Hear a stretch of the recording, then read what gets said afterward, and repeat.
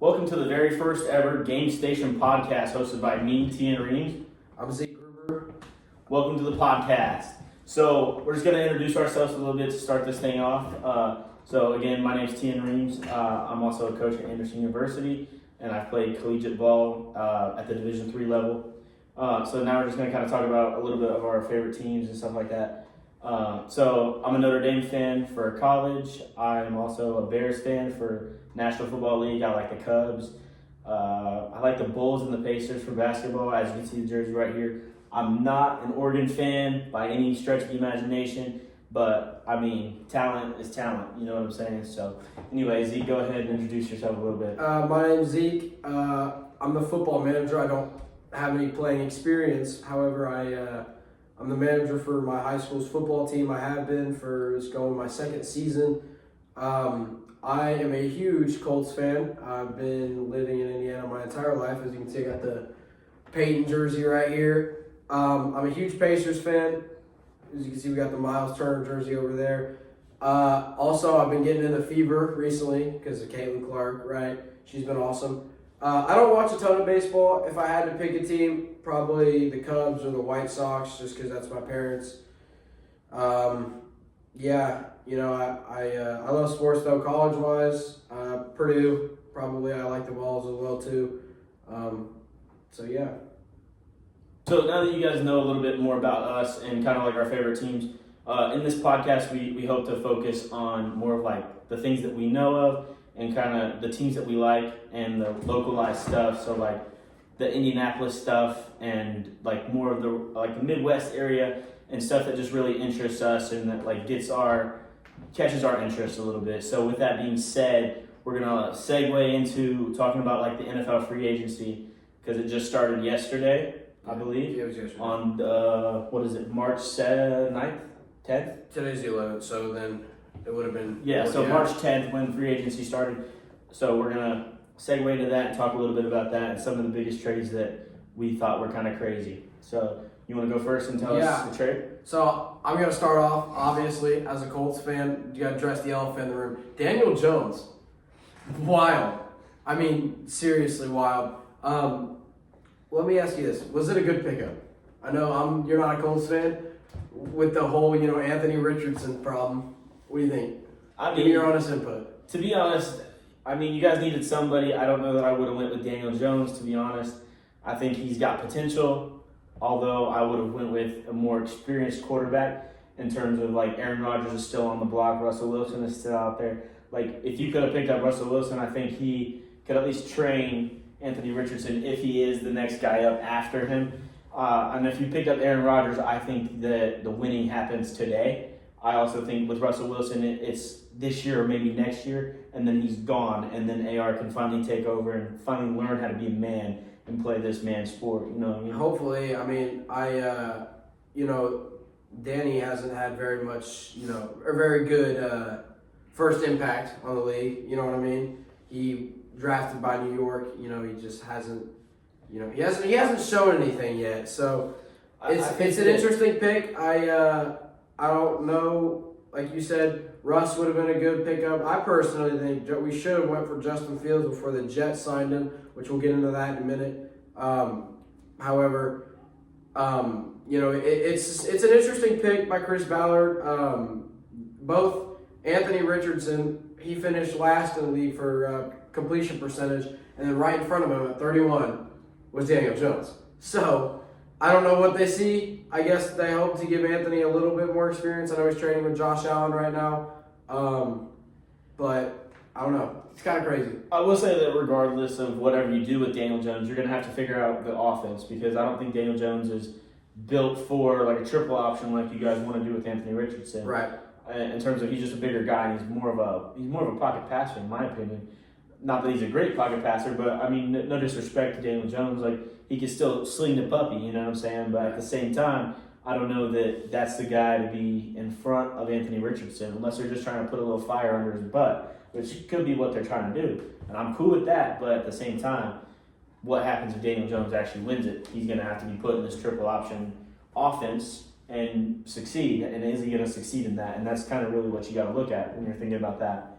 it's interesting right now with the Colts too because they have the offensive line specifically has been pretty off and on. You know what I mean? We just lost Ryan Kelly. Not that he was a crazy big loss, and we also lost Will Fries. I believe he was a right tackle. So the offensive line I was already having some problems. So especially with as many problems as Anthony had, he didn't have. Sometimes he did, but most of the time Anthony had to run because. Or Joe Flacco when he was starting because our offensive line can't hold for anything. We have Quentin Nelson. That's about it, though, on offensive line. So, I don't know if Daniel Jones is going to have enough time to even get out to, any of our receivers. I know, Jonathan Taylor can run, but still you need a good offensive line at the end of the day. You know what I mean? 100%. I 100% agree. With that being said, let's look at a team that's actually getting a pretty beefed up offensive line. So with that, let's talk about the Bears. 3 new offensive linemen. I think that's great. 3 great pickups. Like they're all pro. They're Pro Bowlers like a few years in a row. And from the people who were reigning Super Bowl champions at one point and defending Super Bowl champs, and 2 years in a row he was in the Super Bowl. Actually, I think it was like 5 years in a row he was in the Super Bowl. Or in the playoffs, so I think that coming into the Chicago will actually help it out a lot, and it was really cool because those 3 offensive linemen that were there already are about to be going to free agency. So Ben Johnson basically just said we're cleaning house and put some new guys in there. So I think that's a really good pickup right there. So you think Caleb Williams, now that he's got all these new offensive linemen, is he gonna be able to bring the greatness out in him now, you think? Because I know you guys, sometime during last season you guys picked up Jerry Jeudy, I believe? Yeah, I think so. I don't know that Caleb Williams will be able to put his potential on the field, but I think the next thing is to get somebody in front of him to kind of teach him up a little bit. And also, we might be changing the offense around a little bit, to suit him better, because I know last year we ran more of a pocket passer offense, you know what I mean? And Definitely. That's just not who he is. He's more of a triple option guy like Anthony Richardson, you know what I'm saying? That's why, like you were saying, Justin Fields would have been a really great pickup for you guys. But I think with the complementary football that they're going to be able to play this year, in terms of re-signing a few linebackers and also bringing in the defensive end or defensive lineman from, I believe, the Chargers, is going to help out a lot. Definitely. Now, not continuing with some other ones because we have a lot to go through. Another crazy one, Devontae Adams, the Rams. How do you feel about that? Give that boy some weapons, you know what I'm saying? He needs a quarterback that can get the ball to him. He obviously went to the Jets with Aaron Rodgers because he thought Aaron Rodgers was like that. No disrespect to Aaron Rodgers, talented dude, and I still believe in him. 100%, and I still believe in him. I still think he could definitely produce maybe for 2 more years. And, man, that's going to be a shot to the NFL world when he retires, because that's the last of my generation right there. So yeah. I will say that him going there, he's got a great quarterback to throw to him, and that offensive line is not terrible. So, he's going to have more time than they had at the Jets at least. No, for sure. I think, hate to say it, Jets fans, but Aaron Rodgers ain't your guy. So what do you think's next for the Jets then? Since now that Aaron Rodgers is gone, Devontae is gone, right? Who's going to be what do you think they're going to do there quarterback-wise? That's a good question. You think they're going to draft somebody? I don't know. Who's the number 1 prospect quarterback? I don't remember who it is. Shadur? Well, who do you think? Do you think they're going to try and draft? Do you think they're going to try and draft a quarterback, or do you think they're going to take someone out of free agency? To be honest, I would do both, depending on what round pick they have. They're going to be a pretty high pick, probably top 5, I believe. In terms of they went 2 and whatever last year. So I think definitely they have the potential to pick up a quarterback, but I would also sign some quote-unquote star quarterback, give yourself a little star power back there, and then maybe pick up a free agent wide receiver if you can. Or maybe they're just going to try and trade and draft for a wide receiver and a quarterback. That's potential. They have some good receivers, though. They have, what's his name? 17. Or not 17. Didn't they have Garrett Wilson, or is he defense? I'm blanking it. I always mix him. I'm not entirely sure. Garrett Wilson, and they have I think somebody else. that's honestly the problem though, because we can name a few wide receivers from a bunch of different teams, but I don't know that I can name any Jets wide receiver right now. No offense to any of them, but I really don't know that I can name a Jets wide receiver. Fair enough. And losing Devontae Adams doesn't help. That's for sure. We'll see what's going to happen with the Jets, right? It's unfortunate, for the Jets fans. They've had to sit through 2 seasons of Aaron Rodgers going out 3 seconds into his first season, and then his second season not producing very much. So I will say that I do think that injury had a huge role on the second year. Like, oh yeah, absolutely. I don't think he's 100% healthy, and not that he's not healthy, but I think he's just worried about re-injuring it, and that's really serious injury to do. So that makes sense. You know what I mean? Right. So. Another big pickup. What do you think about the Vikings signing Aaron Jones, running back? I believe they brought him back. I think he used to play for him, and then he went somewhere else, and now he's back on Minnesota. I believe. Yeah, I think that's a good pickup. I mean, he's got a little bit of potential. I think he's close to the end of his career, and maybe he just wants to spend the rest of his career there. And in my opinion, I don't know that he's been producing crazy numbers recently, although I don't think he's not been producing, if that makes sense. Right. Okay.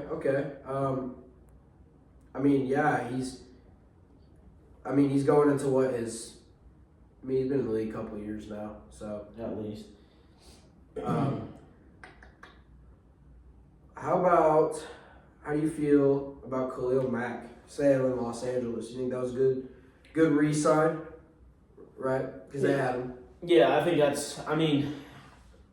he came from the Bears and went there. I think that definitely he was at his max potential at the Bears, and then we traded him kind of like at his peak. I think he's definitely gonna impact the game for them still, but I don't know that he's this great star power. Not that he's not a star, but more of I don't know that he's a complete game changer, but I think he still will have an impact on the game for sure. So let me ask you this then: the Chargers, I feel like they're a couple puzzle pieces away from potentially being, big contenders, right?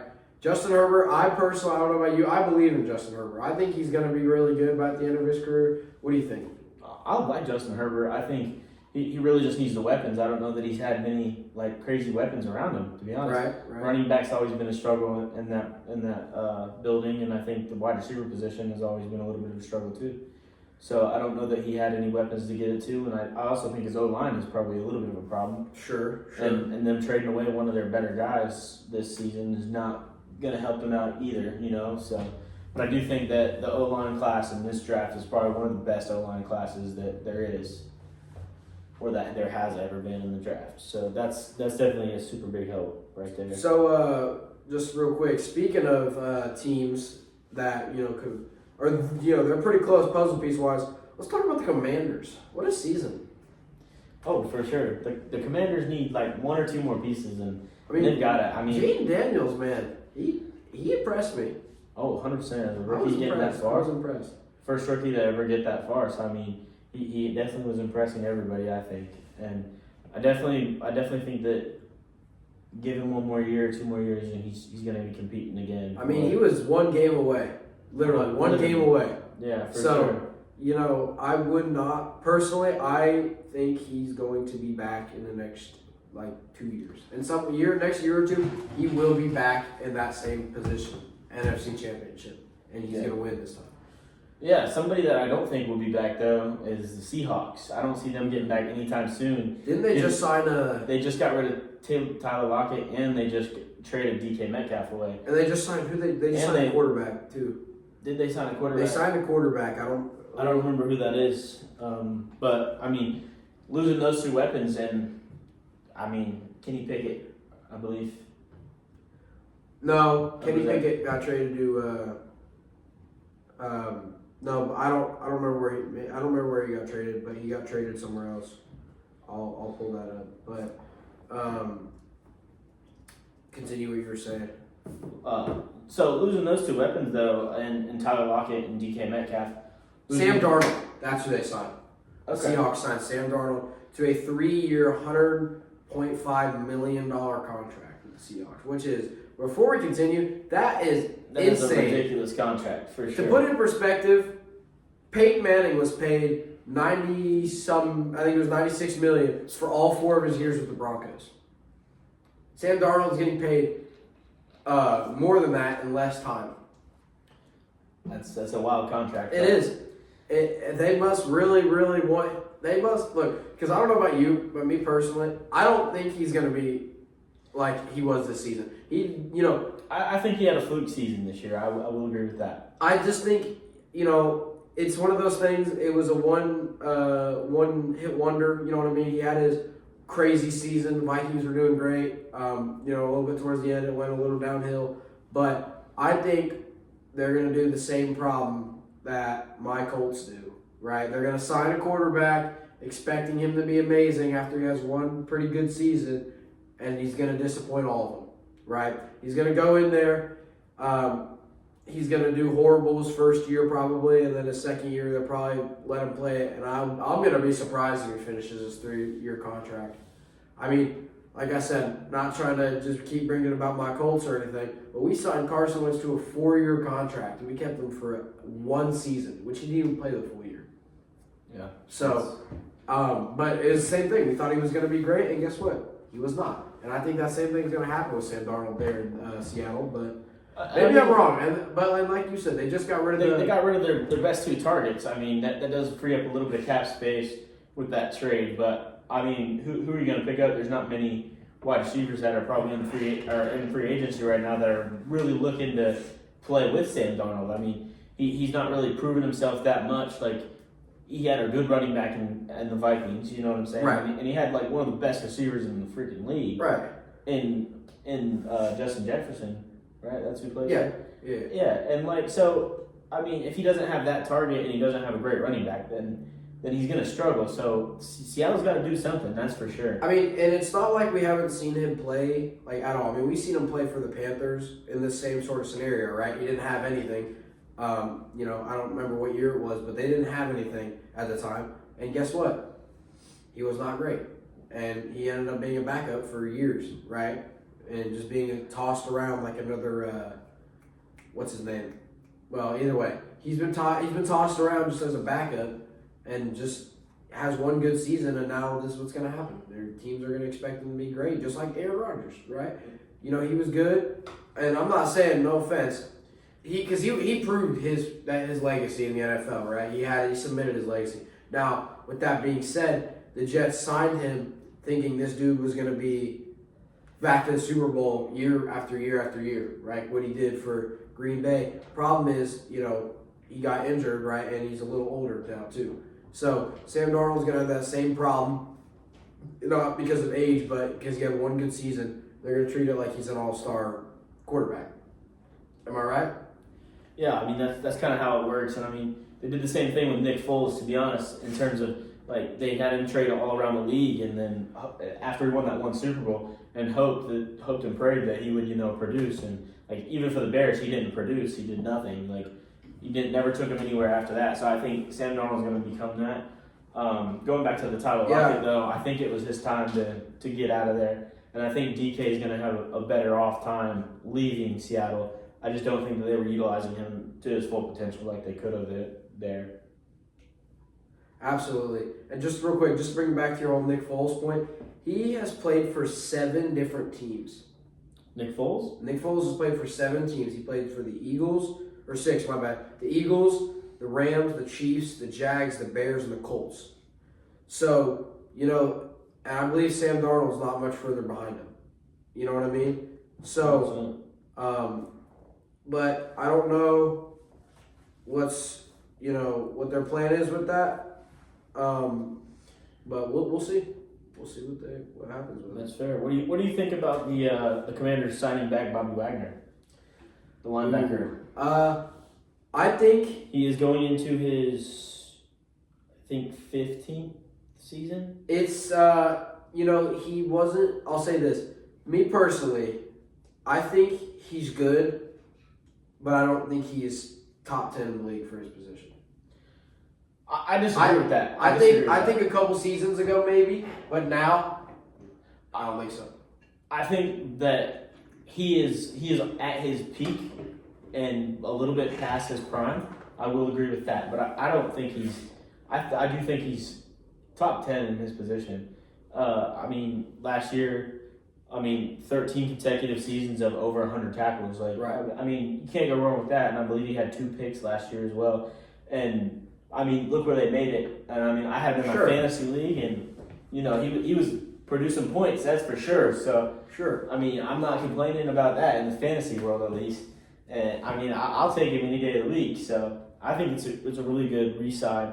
I mean, I don't know how long the deal is. It's a 1-year deal, so I mean, after 1 year, maybe he retires, but who knows? I know that he was probably at his best when he was at the Legion of Boom over there in Seattle. Right. I mean, that was just a good time for Seattle in general. You know what I mean? So, Yeah, but I mean, I think he's definitely found his way out, and I mean, he's the spotlight now. He's not like people aren't looking back and going, he was good in Seattle and he's not good anymore. He is the spotlight, and he's not in the shadow of what he did in Seattle. I think he's definitely stepped out of that. You know what I mean? And he's kind of placed himself in that perfect spot of I'm this guy and I am the guy here. So. Well, see, for me, I compare him. I think he's definitely up there. Okay, I'll say this, and I'll rephrase it. I don't think he's top 10, but I think he's very much close because there's a lot of new guys now. You got Patrick Queen. You got Roquan Smith, Fred Warner, so there is some. I'm gonna go a little biased. You got Zaire Franklin, right? There is some good linebackers in the league, right? I just think that he's not what he was. I don't know how to really explain it, but he is not. Oh, I agree that he's out of his prime. He's not. I guess that's really what I'm trying to say. Is he's not. He's what not in he his prime. was. So he's not in his prime, and I can agree with that. But I think that you are a little biased in talking about the Colts linebackers because we've watched games together, and every time I'm reading it faster than they are, and I'm like fly downhill now, and they're sitting there backpedaling. Like, I don't think the Colts linebackers are something really to compare it to. They might have the same amount of tackles, but you got to realize that those tackles aren't like Bobby Wagner's tackles, where he's stopping them and making his team go all the way to the NFC Championship game. You know what I mean? No. And almost to the Super Bowl. Like their tackles are 10 yards downfield or 7 yards downfield, and then they come from behind tackles. So, I mean, you really have to look at, kind of situationally what's going on and the amount of picks for each team. You know what I'm saying? Sure. And the difficulty of schedule. I mean, that comes into it a little bit, but I think that this year was the most difficult that the Commanders' schedule was. You know what I mean? Definitely. I mean, they were. I'll say this. They were a underdog team or a quieter team going into the season, right? They picked Jaden Daniels in the draft. A lot of people were excited about him, but I think so many people were so focused on, Caleb Williams and J.J. McCarthy that everyone just kind of forgot about Jaden Daniels and the Commanders, right? And they ended up going, all the way to the NFC Championship. But going back to your linebackers point, obviously I'm a little biased, but when you compare, teams, linebackers, so Zaire led the league in tackles. At the end of the season, he broke a couple records, I believe, too. But sometimes now I'm not saying one guy can carry the whole team, because he can't, right? You need the whole team. But sometimes all it takes is good defense or good offense surrounding you, right? If you put in a really, really trash quarterback in a all-star offensive line. I'm not saying they're going to ball out, but they're going to do a lot better than if they went to a team that had, average players, right? And I think Bobby Wagner is in a spot where he's got a pretty good defense surrounding him, right? I'm not saying he's being carried. He's definitely contributing, right? But I don't think it's completely 100% him leading the defense. Does that make sense? Yeah, so then would you say that your linebackers are Zaire Franklin is carrying the Colts at this point? Is that what you're trying to Is that what you're trying to say in terms of he's carrying his defense and contributing as much as Bobby Wagner's defense is contributing to him? Kind of. I think the Colts have Kenny Moore, the corner, who's been pretty good. We have DeForest Buckner too. That's about it though. So I guess kind of, yeah. Because like I said, Zaire, I mean, he put, in my opinion, like I said, I'm a little biased, but he put the Colts defense on his back for most of the season, right? Obviously we weren't a very amazing team, clearly, but with that being said, our defense was also out there more than probably 90% of the league. I mean, if you looked at our percentage from offense, field time to defense, it's like, one game is probably like over half the game is on defense and like 20 minutes of the game is Colts offense because our offense was just so trash that our defense was constantly going out there. You understand what I mean? So, I don't know. Do you understand what I mean? Yeah, I understand what you're saying. Then at that point, though, you can't. It's a bad comparison. But honestly, it's a bad comparison because if you've got one guy who's got a great defense behind him, but he's still contributing to the point where he's over 100 tackles in 3 seasons that he's been at Washington. You know what I mean? You can't really compare that to somebody who is carrying their entire team or their entire defense on his back. Because obviously he's going to have more tackles, or he should if he's carrying that defense. Sure. Obviously he should have more interceptions if he's carrying that whole defense. You know what I'm saying? But Bobby Wagner just being a contributing part, you know what I'm saying, but still breaking these accolades and, doing the same thing and being close enough with it, you know what I'm saying? What is that saying about Bobby Wagner and what can he continue to do? You know what I'm saying? That's kind of what I'm trying to say. So I think it's a really good pick. The Commanders, losing Bobby Wagner, that hurts you. So I'm really glad that they signed him back. I mean, it's definitely, I'll say this, if they would not have re-signed him, he would have been picked up like that, right? He was going to play somewhere this season, right? He's just one of those guys you can't just leave in free agency. Someone you'd be stupid not to take him. But with that being said, I don't think he's, the most sought after defensive player or free agency at the start. A lot of players have been signed since then. So, but if you were to, no one was signed at the start of free agency, I think there was a couple other players defensively I would have taken over him. So, now, we'll cover, how about this one? Because I like him. I don't know how you feel about him. Mike Gesicki re-signed to the Cincinnati Bengals. 3 years. How do you feel about that? I think that's a good pick. The Bengals are losing a lot. I believe they lost a lineman this year in free agency already, if I'm not mistaken. But, the Bengals are losing a lot of weapons, and they've got a few free agents that they need to pull back before they're pulling other people. But I think Mike Gesicki's a really good tight end, and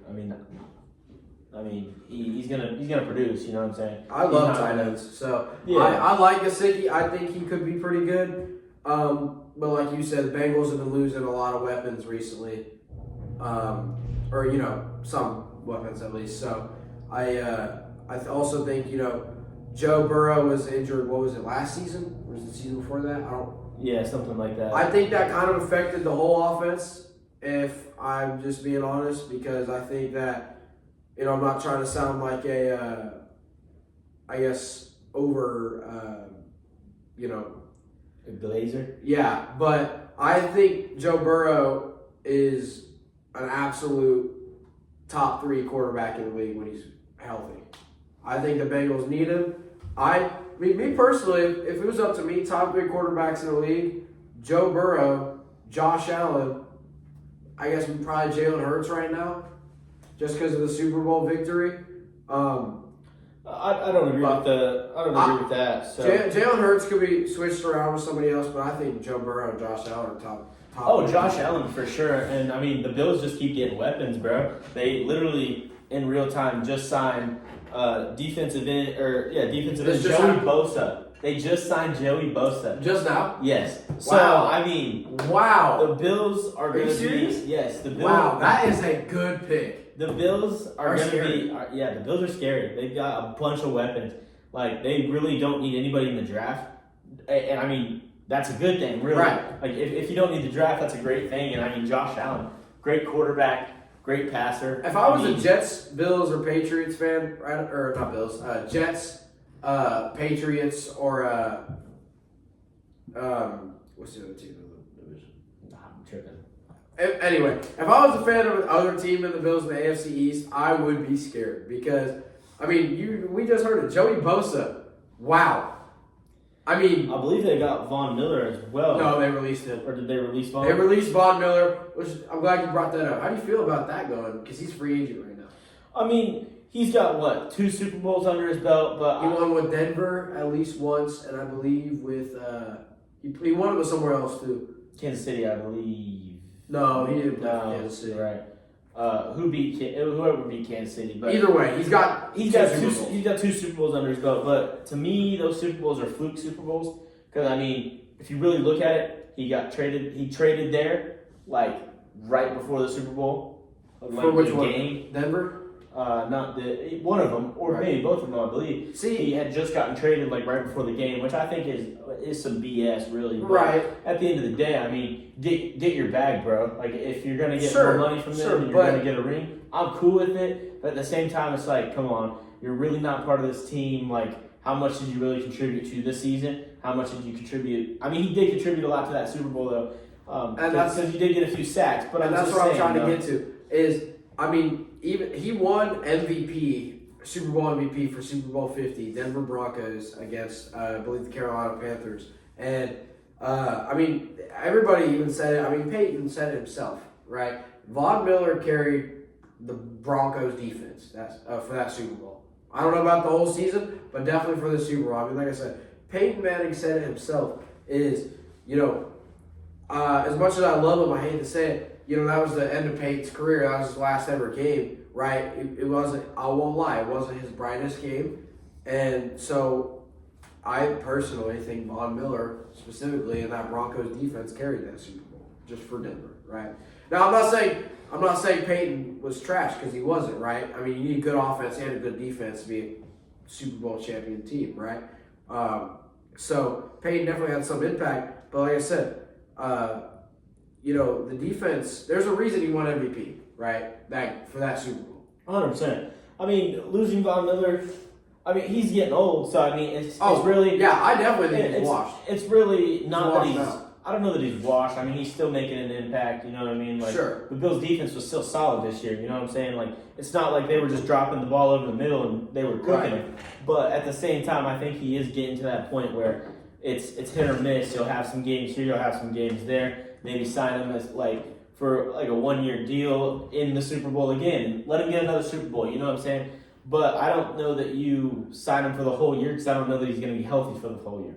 But I will say that the Joey Bosa trade is wild, and I think Joey Bosa is going to create some havoc for the Bills right there.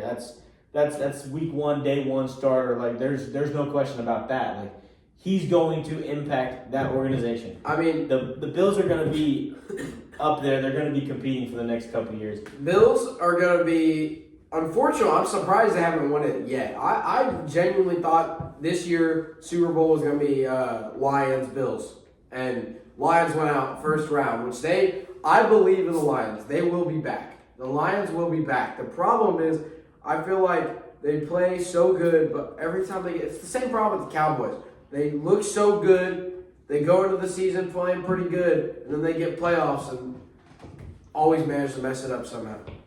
Yeah, I mean, I agree that the Bills definitely should have went further than they did this season. I can agree with that, and I think that they will be back. I think the Detroit one, that's a hot take, especially losing Ben Johnson, one of their coaches, and they also lost a lot of that coaching staff to the Bears, you know what I mean? So how does that offense switch in Detroit so that way the Bears defense doesn't take advantage of it? Because Ben Johnson knows it all, you know what I'm saying? Right. So how do they change it in a way that the Bears can't just eat them up like we used to in the past, you know what I'm saying? And I think that's really going to become, the NFC North is really going to become one of the toughest divisions in football, if it wasn't already. I mean, this with was the Vikings, a very, the very, Lions, and very, the Packers. I mean, every team was pretty much a winning season, right? Yeah, except for the Bears. And I mean, that makes sense. Right. Someone's got to someone's got to get past, right?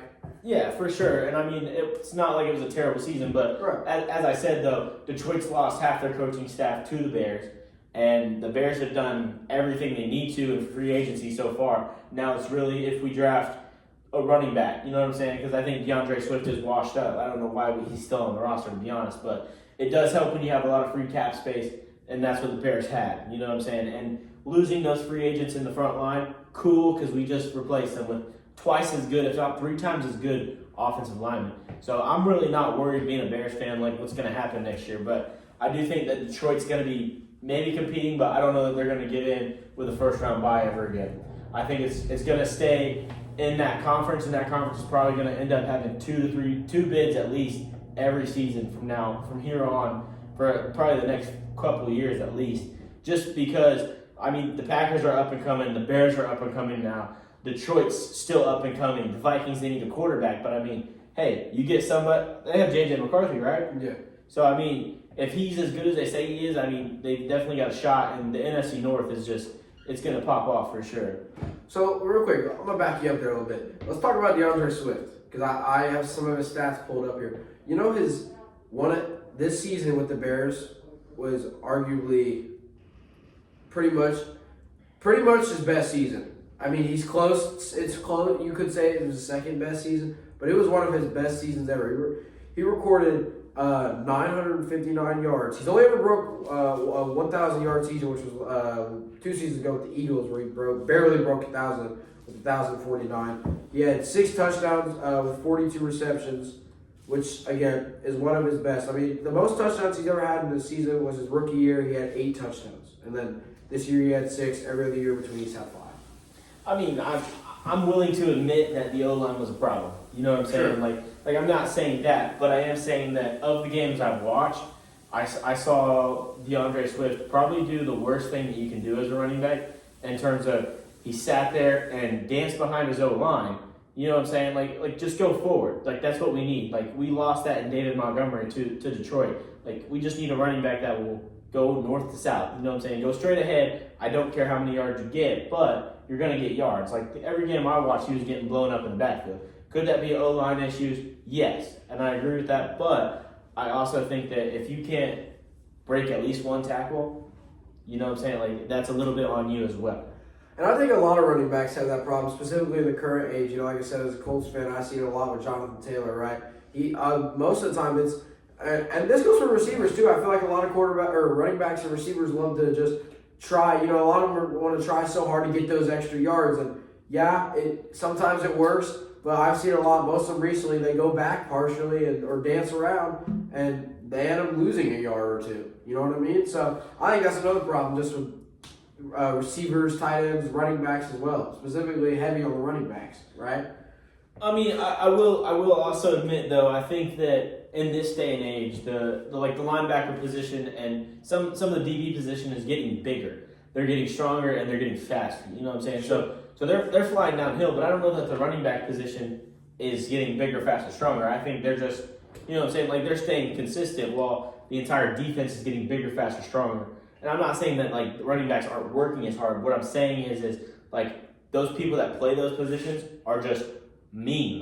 Like it's going back to almost like 80s football, where the meanest of the mean play defense and low key the babies play offense.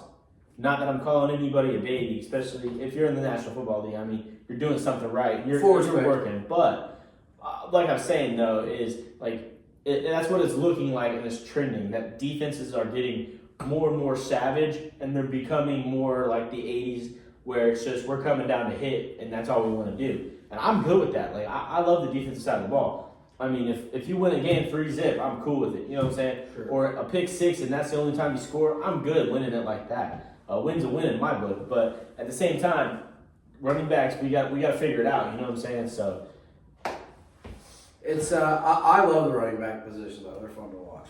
They're fun, especially when you get you know, like I said, real bias. Go back 2021 season, Jonathan Taylor leading rusher. It's fun to watch him just take off. That's what's so fun about running backs. Anyways, so yeah, that's pretty much a lot of the big pickups for the free agency right now. There might be a couple we didn't really touch on, but those are, in my opinion, those are pretty much the biggest ones. Yeah, I mean, I would tend to agree. I mean, there's going to continue to be more, and I mean, we'll bring you up to date as we can and try to keep you along. I mean, we're not going to hit on every free agency because, I mean, some of them aren't that. I mean, there's a lot of pickups every day. Yeah, for sure. I mean, we literally see what happened during this. So. I mean, there's like 30 every day, if not more than that, and it makes sense, but it's just going to be rough to do that. That's why ESPN does a really good job about keeping y'all informed. But like we can help a little bit, and we'll give our little insights. But I mean, it is Women's History Month right now, so this is a good place that we can segue into like some women's college basketball. I mean, I'm a Notre Dame fan in the college basketball world, but and I don't really watch WNBA. But if I had to choose somebody, I would have to go with the hometown. So you already know I'm going with the Fever, but. Other than that, I mean, what are we thinking? What's going on with some women's basketball? Well, before we get big into that, just to agree with him, yep. I don't watch a ton, so don't. If I mess any names up or anything, I apologize in advance. I do love to watch the Caitlin Clark and Angel Reese rivalry in the WNBA. That's about it, though. But back to the college thing. Again, I'm going to probably mess the name up. Do you know how to say her name? So if you want to bring her up, I don't know how you say her name. Nalani Casina from the George Mason University in the A10 conference. So we just actually watched the A10 conference championship for women's basketball last week, and there's a really cool story on there, and I just wanted to kind of relay that. We would love to get Nalani on if we could and interview her a little bit and see kind of like the motherhood aspect of college basketball. Like she's got a trooper. She's got a young daughter that comes to practice with her, and she's in college and obviously play basketball, but comes to practices with her, and they just have like a baby crib set up for her. And like the coach is super like, yeah, we want her to come to practice. We want your kid to come to practice, and they're all inclusive. And I mean, she did play 2 games last season while she was pregnant. Actually, it was medically cleared by the doctors, obviously. But I mean, she averages about like 7 points and 10 rebounds per game this season, and so yeah. And to that extent, I mean, like motherhood is crazy, and being that young. Well, I really don't know how old she is, so I can't really say young. I think she's probably semi-young, 26, 27. But at the same time, though, like balancing that with college and with basketball, like especially that's as big as it is, man. I mean, carrying a child, I don't know. I'm just from what I've seen it's a lot, right? And doing it while playing pretty much professionally is crazy, right? I mean, like you said, they set up all that stuff for was it daughter, son, kid, whatever. It's it's insane to me that the fact that she could pull off both and still be pretty good, right? Yeah, and I mean it takes a lot. Yeah, and just a parent. To that same point, though, like they're going to March Madness. Like they got their automatic bid by winning the A10 championship.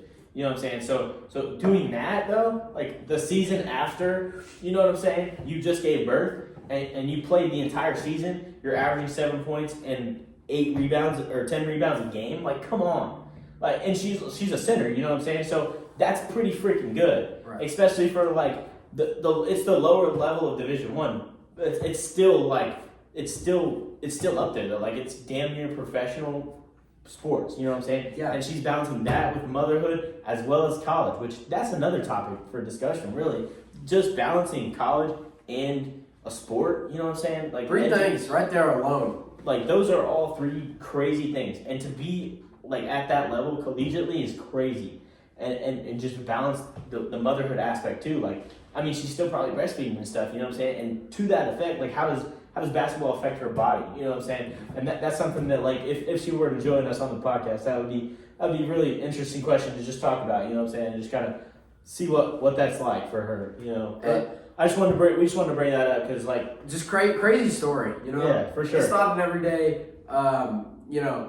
Oh, she did this. Oh, that's cool. No, this is rare, right? I mean, I don't know if this has ever happened before. I'm not sure. I mean, I don't know that we can prove it or disprove it, but I will say though, like, and it's not like you're gonna find this everywhere either. Like, I was watching some random games, you know what I'm saying, and like out of the blue, the story popped up, and I'm like, I have to get this out there, you know what I'm saying? It's like this has to get out to the world because she deserves all the recognition in the world. Like being a mother and like it's International Women's Month, like being a mom and playing collegiate basketball, and you punch your ticket to March Madness. Like, come on, like. You deserve everything that you've gotten, like, for real. So shout out to Melania. Shout out to you. I mean, full respect from me. It's impressive. Well, Seriously, 100%. it's really very much impressive.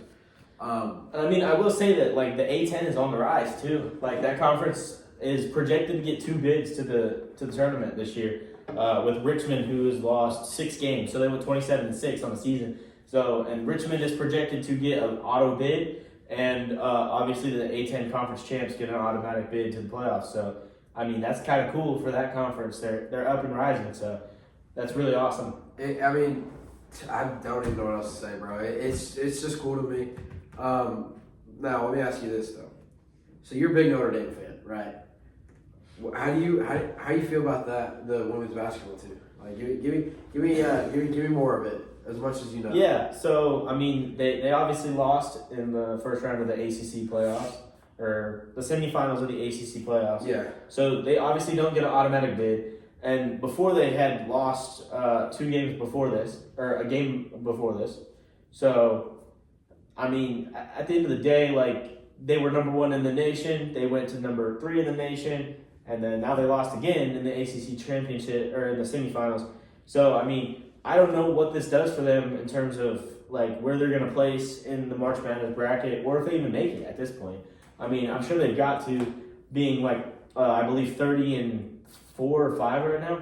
I think they've got to make it, but I don't know that where this puts them. I will say it could put them in more of a difficult position, though, to win the whole thing. Like, if you're a 1 seed, you go against some of the worst of the worst, quote unquote worst of the worst, because it is still damn near professional basketball. Right. You know what I'm saying? But at the same time, like, you never know what would happen if they were number 1 seed or number 2 seed, like they were projected before they lost the ACC championship.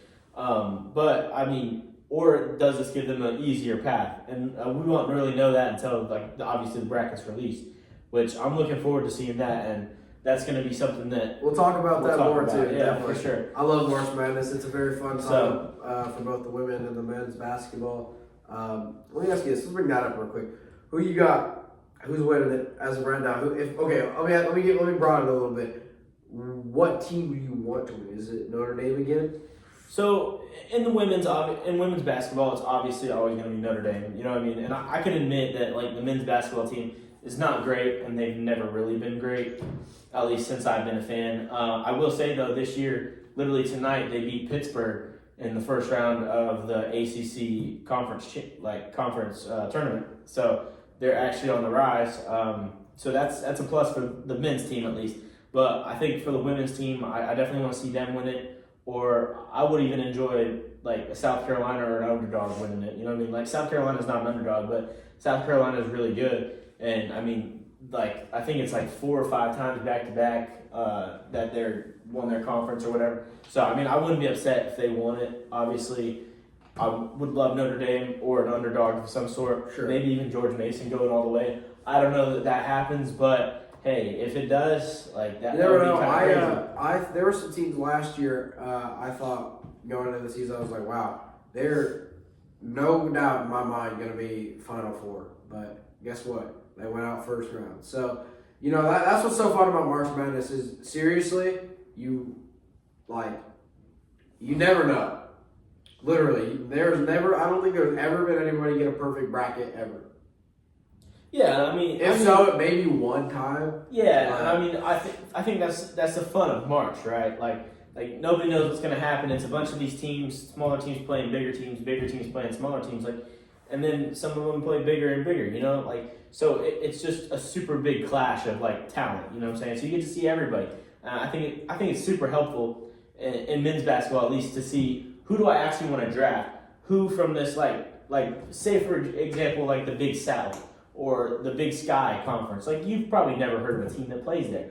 But there could be this point guard that's going absolutely redonkulous. Like, real talk, Richardson, I believe, or Davidson, where Stephen Curry's from, they're from the A10. You know what I'm saying? Yeah. So, and look where he is right now in the NBA. Exactly. All-time legend. I mean, I don't personally think he's up there, and we'll get into this more a different time, but he is, people compare him constantly up there with, you know, MJ, Shaq, Larry Bird, LeBron. You know, he is compared as an all-time legend, right? And I think he's up there. Do I think he's the GOAT? know, but I think he's definitely a contender to be a top 5 all time.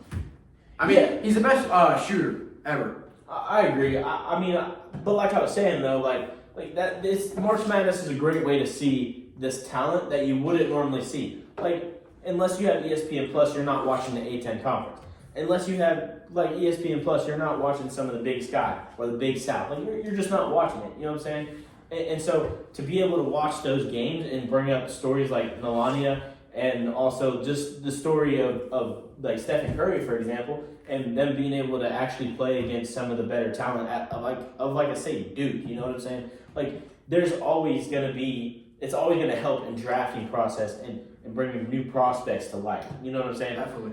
For the men's, I will say that I think Houston's gonna probably pull it out. Either that or UConn's going to go back to back, I think. I can see UConn. Because I think UConn's low-key got it. And women's, I think UConn's probably at least Elite 8. They got, what's her name? Paige, what's her last name? I'm not entirely sure. I do like Paige. She's really good. I know a lot of people like to give her, she's one of the most popular women in the women's college basketball right now. I know she's going to be very fun when she comes to the WNBA.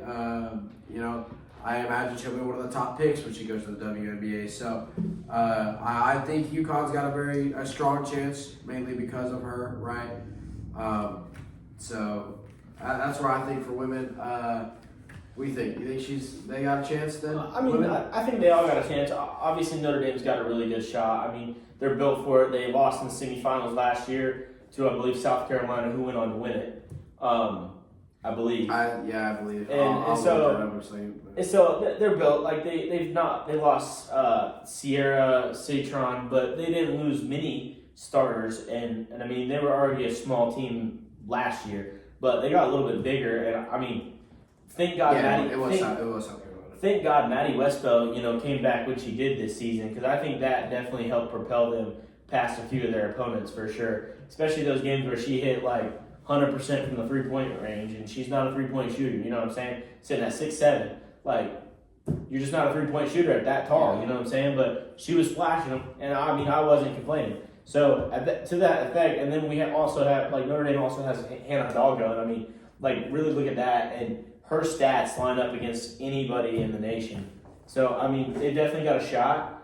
Do I think that they have something to figure out right now? Yeah, they've got a lot to figure out in terms of, like, how do you lose the first round in the semifinals in the ACC? Like, come on. You can't do that and then expect to go the distance. But, I mean, who knows? They definitely could, and, like, crazier things have happened, realistically. So, I definitely think Notre Dame's got a shot. I will say, again, South Carolina's got another shot, and so does UConn. I think those three will be some tough teams to beat. I think, honestly, me personally, I think UConn's probably who I have. However, obviously, I have a little bit of support for Notre Dame, right? It's a home state team. Also, I always have a little bit of respect for, even if I'm not a fan of them, right? I'm a big Purdue fan, but I have respect for Notre Dame. IU, not so much, right? The rivalry. Indiana State, so, I'll always support all those teams, but I can also see Notre Dame go pretty far. Yeah, so who do you got in the men's bracket? Oh, man. Who's your pick for that? I mean, I know Purdue's not had a great season this year. IU hasn't really had a great season either. I don't even think they're in the top 2 or 3 of the Big Ten. Yeah, so, I don't think Purdue's going back as much as I want them to. They were close last year with Zach Ide, I believe was his name. So, obviously I want to say them. However, I know that's, probably not realistic. Let me pull up some more of the stats. I think Duke has got a good shot. Duke, definitely. In that, yeah. Just in terms of like they're dogs, you know what I'm saying? Sure. Like, realistically, they're most likely gonna do some crazy things in the tournament. I mean, they're sitting here pulling off some crazy wins and stuff, so it definitely. I would love to see Tennessee go too. I love Tennessee. They're not a top team, right? They're up there, top 10 for sure. So I'd love to see Tennessee. I don't think they're gonna be the team, but I could see it happening. But like you said, Duke's a good one. I mean, the team that's like pretty good in the Big Ten right now seems to be Michigan State, if I'm reading this correctly. Yeah, Michigan State's definitely up there. However, I don't have them over Duke. Yeah, I mean, I don't either, but to that same point, though, I mean, I believe the UCLA women's basketball won the Big Ten tonight, if I'm not mistaken, over USC. And I'm 90% sure about that. And it was over, like, to me, that's kind of crazy. Like, the two new entrants in that conference were fighting out for the title. You know what I'm saying? First year. Like, that's kind of crazy to me. Like, I don't know that the Big Ten was ready for that, at least in basketball. And, I mean, even really in football, too, because, like, what was it? It was Oregon and, who was it? Penn State for the Big Ten championship. And so, I mean, having Oregon the first year. Did you go to that? Yeah, I was at that. So even having like Oregon the first year team, like that's kind of insane that they're able to compete for the conference championship year one. Like that just goes to show you really how competitive college sports are anymore.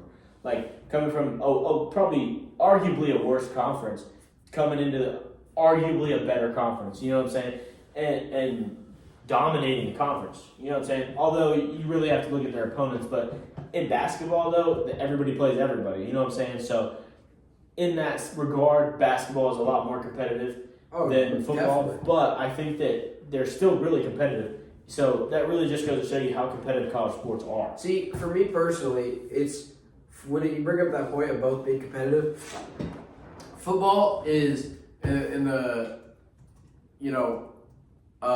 full respect, like I said, both sports, but football in college, I think you have a little bit more of a chance just by looking at stats and how they're performing, that you could walk into a game going, I don't think this team is going to win. For me personally, though, basketball, you go into any game, most of the time for me, it's like, wow, it's going to be a good game. You know what I mean? Football doesn't have that for every game. Basketball, I'd say most of the games are pretty much always going to be, well, not always, but a lot of the time, they'll be like, wow, it's going to be a close game. You know what I mean? Yeah, I tend to agree with that statement for the most part. Like I said, there's sometimes, not every team is going to be all-time.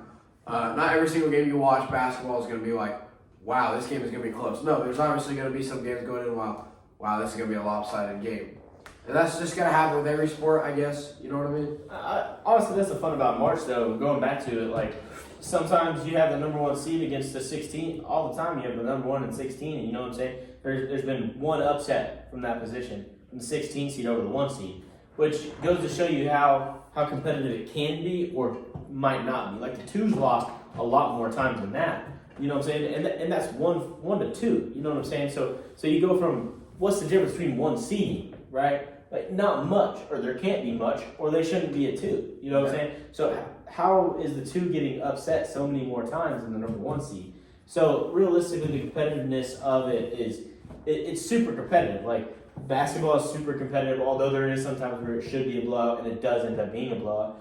But there's also times where it should be a blowout and it's the opposite. It's you know what I'm saying? Or you have that 16 or that 15 seed upset the number 1 seed, which those are the best. I've games. seen those. Those are the best games. I'm pretty sure was it 2 years ago, Purdue was like really, really high up, and whoever they were playing was really, really low. We ended up going out like that. Yeah, it wasn't even close. I think Houston also blew a number 1 seed before. I think so. I think I know what you're talking about. So yeah, it's that's all. When all is said and done, that's what makes March Madness. March Madness is it's literally madness. Yeah, and it's a super competitive sport and a super competitive just like nation, like college. For both college women's sports. and men's. Both women's and men's. Yeah, like college sports is just super competitive. Right. I think there's a little bit more of a drop off with other sports, but in terms of basketball, you're definitely getting the most competitive people out there. You know what I mean, for March Madness, and it shows. I mean, with the A10 about to get 2 bids into March Madness is kind of crazy because that just goes to show you how competitive some of these lower conferences can be. You know what I mean? So that's very cool to see. So switch it up a little bit. Do you have any final last regards before we kind of switch over tasks? No, but I mean, continuing in the Women's History Month, you know what I'm saying? I mean, there's many other sports that have a lot of women and a lot of women. And we could go into, like I said, we got the Caitlin Clark jersey right here. We could go into a whole other thing about the WNBA, but we'll save that for when we get closer to that season. Yeah, so, but segueing off of that, though, like, women became an integral part in the WWE. Absolutely. And two of the arguably the most important women came back at the Royal Rumble this year. What are your thoughts on the Alexa Bliss return? I love Alexa Bliss a lot. I won't lie. I love the whole Bray Wyatt thing with her. You know, she came out with the jacket that said friend forever, but it was like fiend forever or something like that. I love Alexa Bliss. I was hoping for her to win the Elimination Chamber. However, I don't think they're going to give her a giant push. I think that she's going to slowly kind of come back.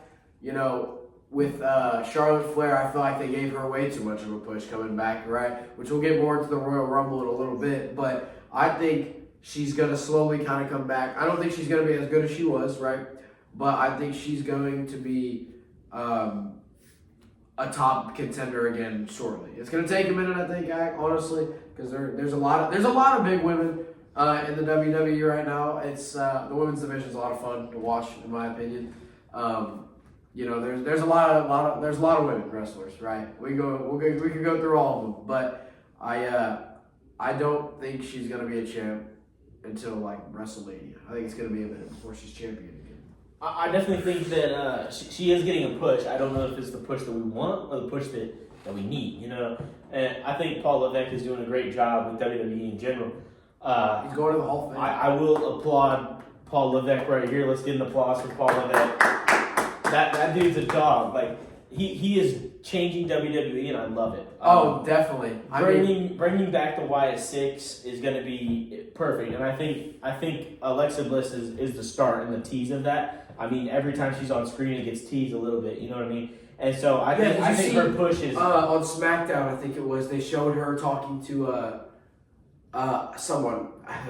Was it Nikki Cross or something? I think it might have been. It was two people that Alexa. She came up to him and then the screen like kind of glitched and showed some like Fiend Bray Wyatt stuff. Yeah, I mean, back to what I was saying though, like I love that, and I think that WWE intercutting that like that is amazing. Like when I first started in WWE, you would have never had that. You know what I'm saying? And so I think that is amazing, like the camera quality and then being able to cut in stuff like that, like instantaneously for the live events. But I think Alexa Bliss's push is more towards the Wyatt Six, and I think we're gonna see probably a bigger storyline behind that than we're expecting. I think it was a bit. I feel like they brought it very big at first. I mean, we went to a Monday Night Raw a couple months back, and they were there, or some of them at least. Yeah, I believe it was Nikki Cross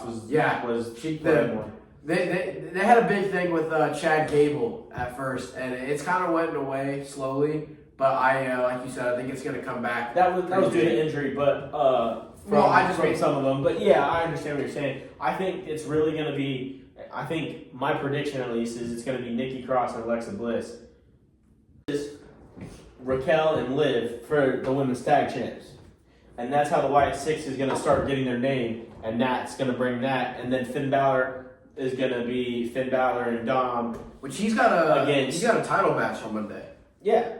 So who's the I believe it's for the Intercontinental Braun Breaker. Yeah.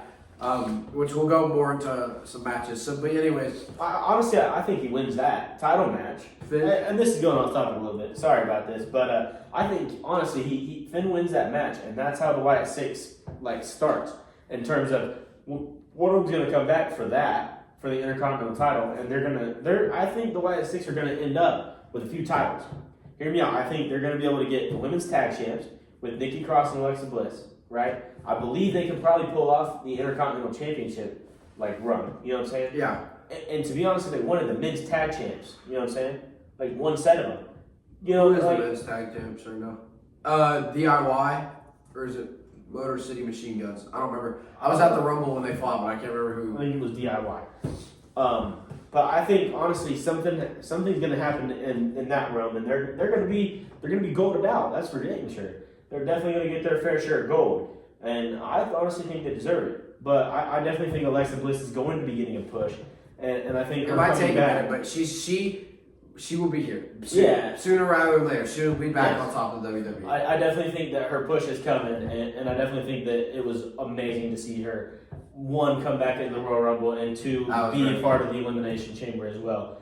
I mean, two remarkable matches that, she's always been a part of. Two of my most favorite pay-per-views, too. I love the Royal Rumble, and I love the Elimination Chamber. Both are a lot of fun. 100%. And kind of bouncing off of that, though, what's your thoughts on the Charlotte Flair ordeal? I mean, me personally, I don't think that I think they're overhyping her, and I don't think she's going to win the Rumble, at least.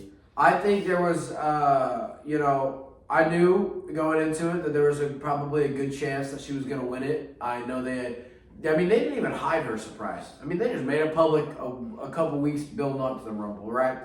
And so I was a little worried that she was probably going to win it. Do I think she deserved to win it? No, not really. I don't think,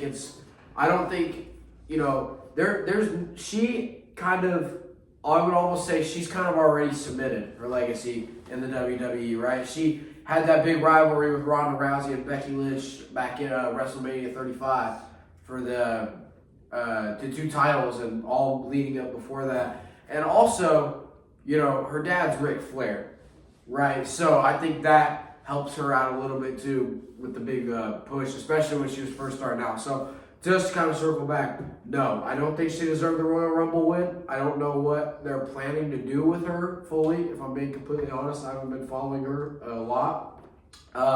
However, I think she's going to get a big push, and then in some way, shape, or form, I don't know how they're going to do it, I think she's going to have a big drop-off and kind of be more of like a, smaller part-time role in the WWE rather than a full-time, like I think they are intending to do right now.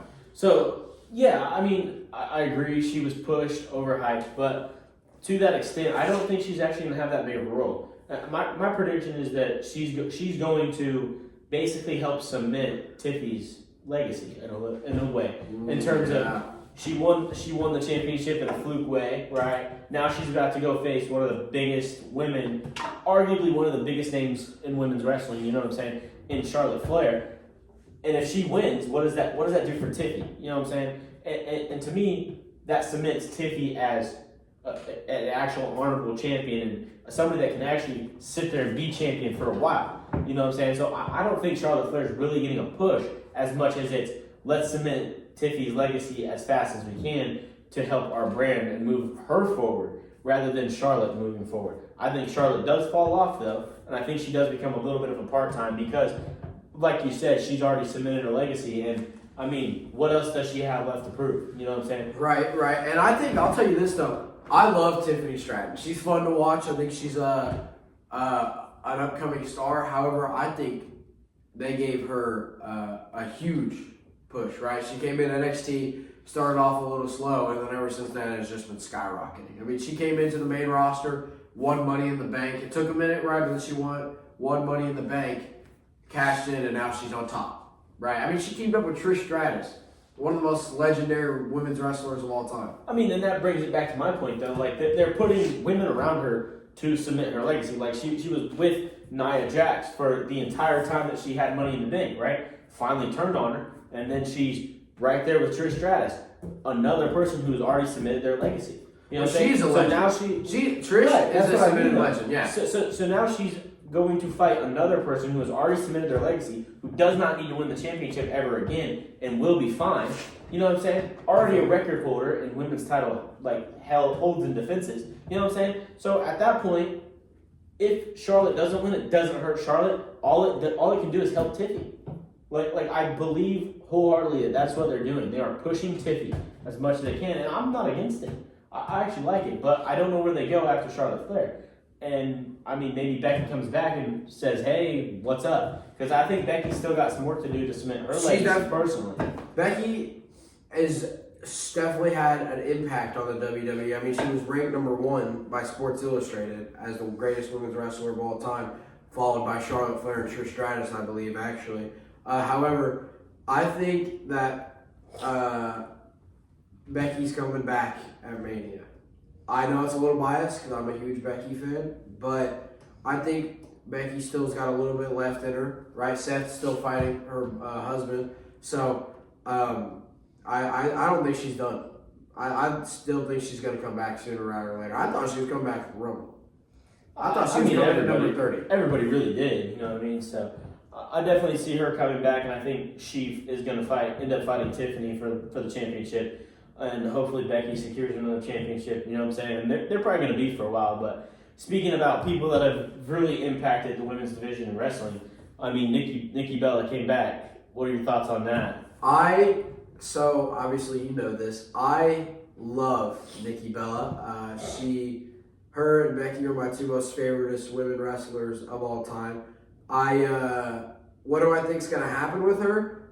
I don't honestly think she's going to be much of a big wrestler. Rather than I think she's going to be more of a mentor now. Like I don't think she may have a couple matches left, very very few. I noticed in the interview she said she's got some unfinished business with Charlotte and Liv, I think she said. So I would love to see those fights. However, like I said, I think she's, Hall of Famer. I think she's in her 40s, so I don't think she's got much wrestling left, honestly. I think she was more of just hey, Legends back in the Royal Rumble. You know what I mean? And, that's kind of what they did for Trish, too. Yes, she had her match with Tiffy, but I don't think, Nikki, like Trish, is going to be a full-time wrestler, just more rather like a special surprise, maybe a couple more matches, but that's it for her. You know what I mean? So yeah, but she has made a big impact all time. I mean, she, I believe, was the longest reigning Divas champion before they retired that title. So I think she's just going to mentor. Sorry, but I think she's maybe got a couple left, but she's almost done. I mean, we could hope that she would become back full time. I mean, I love the Bella Twins, and it has been rumored that Brie was coming back at some point too, or might do like Bella's farewell tour, almost like John Cena. And speaking of John Cena, we'll get into that in a little bit. But like I said, though, I mean, that would be awesome to see a Bella Twins farewell tour. I don't know who they would face and if they would end up winning the championships, but what do you think about that? I think if we're going to bring up this whole farewell tour, it's a little different with John, which like I said, we'll get more, or like you said, we'll get more into John in a little bit. Cena is at a point where he is, in some people's minds, right, the GOAT, right? He's got talks with, Undertaker, Stone Cold, Hulk Hogan, but, he's, other than Ric Flair, I believe he's tied with, he is one title away from breaking the world record. So which like I said, we'll get more into Cena in a minute, but I think he's going to do something crazy and win, in some way break the record. However, as much as I love the Bella Twins, I don't think they have like a set record that they necessarily need to break, right? So I don't think they're going to give them a big farewell tour as much as I would want them to. You know what I mean? So I think they might have a match that's like dedicated to their retirement. Like, this is my final match going into it. Everyone's aware. But I think, a farewell tour like John is getting is not a very common thing. I mean, he's the only one. I don't think I don't think Stone Cold ever had anything. I mean, he had the WrestleMania 38 match a couple years ago, 2 years ago, 3 years ago against Kevin Owens. I guess that was kind of like his farewell match after being retired for 14 years or something like that. Hogan, which now I know he's hated by a lot of the WWE, right? So he didn't have that farewell tour. He came back at Raw, just debuted on Netflix, and as you saw, he was getting booed and flipped off, right? So Hogan, he didn't have that. Rock is so off and on. I mean, I don't know if he's retired or if he's still like a full wrestler, because he's still so relevant to the WWE, but he's not what he was 10 years ago, WrestleMania, or 20 years ago, whatever, fighting, main event every WrestleMania against Hollywood Hogan or John Cena or Stone Cold Steve Austin, you know what I mean? Yeah, for sure. I definitely think that the Bella Twins will probably end up only getting a few matches. I agree with the farewell tour not probably being very common. But to that point, I would love to see them come back for maybe a couple months, honestly. Throw them into some pay-per-views and let's let it ride. I mean, definitely. They are so popular that I think they just kind of need to have a farewell match or two just because they've had such an impact. Like another woman I would love to see come back, AJ Lee, right? I would love to see her come back. CM Punk still, he's back now. He's been back for 2 years now, roughly. So I would love to see AJ Lee come back and get like a retirement match. But again, I would honestly love to see AJ Lee just come back full time. And I mean, obviously that's hard with her having a kid. CM Punk and her both being on the road would kind of be But it's not impossible, right? Becky and Seth did the same thing. Yeah, I mean, and they're in that same thing right now. I mean, to be honest, it's fair. But at the same time, I would love to see it. I mean, I think she's got a lot of potential that was not tapped into under the Vince McMahon era of writing. And I think Paul Levesque, as I said right before we started the segment, but Paul Levesque deserves freaking a round of applause from everybody in the world. Going to the Hall of Fame this year. He is changing WWE. And I honestly think it's for the better in terms of better graphics. You know what I'm saying? People are selling moves twice as good as they were before. And just in terms of the storyline, like I'm engaged, you know what I mean? At times I was unengaged previously under the Vince McMahon era. But now I'm super engaged and I'm trying to predict everything and it's not happening. So the fact that it's unpredictable more unpredictable is way better than it used to be in the past. I do think Vince set up a lot of things that we still use, or a lot of wrestlers that I think he submitted, right? I know he held the business for 38 years, or roughly, right? So, I'm not, saying he's a great guy, because he's not, but I'm saying that he did obviously have some impact, right? I mean, that's the reason we call Cena and Rock and Austin, Undertaker, all these guys legends. So I'll give him that. He did, set for what his era was, he set it up good. But as far as storytelling goes, Paul or Triple H, whatever, clears the board. No question about that in my mind.